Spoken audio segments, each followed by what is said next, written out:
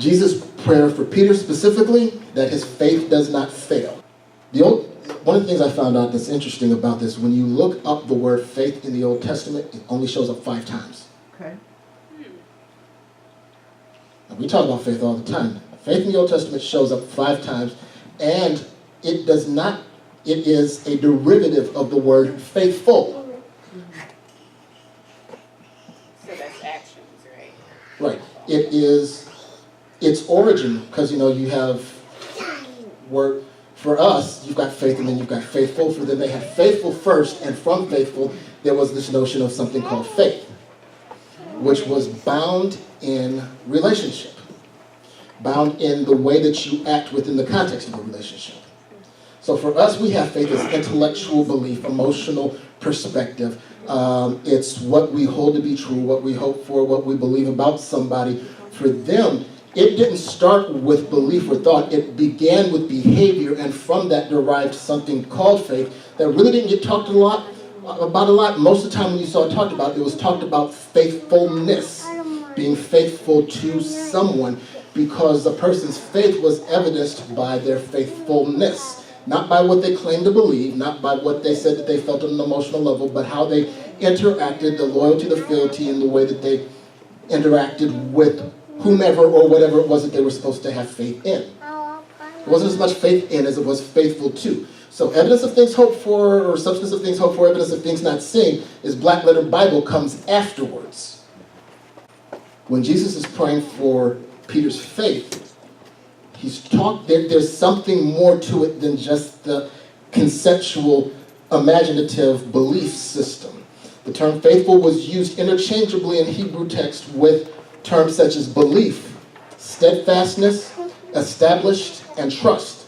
This intimates that it is a severe mistake to try to divorce faith and or belief from the relational concept of faithfulness. And that's a Greek mindset that comes later on and is developed later on, and it's a Greek lens that says that you have what you think and then you have what you do, and those are two completely divorced concepts. For them, faith was faithfulness, and faithfulness was faith, and you couldn't extract the two from one another. You didn't have faith if you weren't faithful. Okay. James says, "Show me your faith without your works, and I will show you my faith by my works."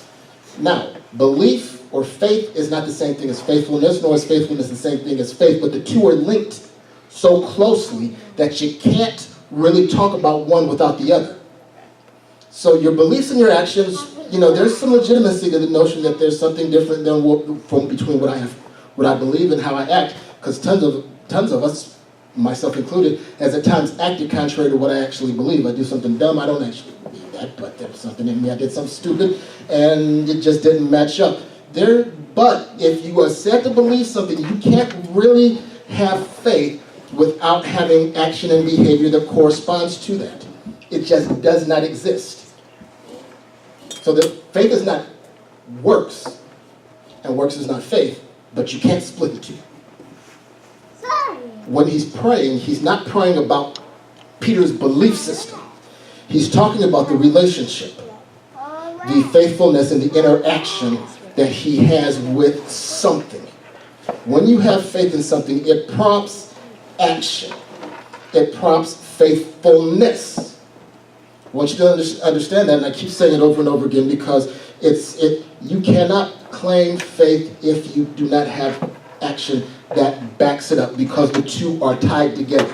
Which means if you say you have faith in something and you act completely differently, then you really don't believe it. You might like the idea, you might know it's a good idea, you might know it's a good belief to have, but unless you are faithful to the notion, your faith is not really faith, it's just an idea.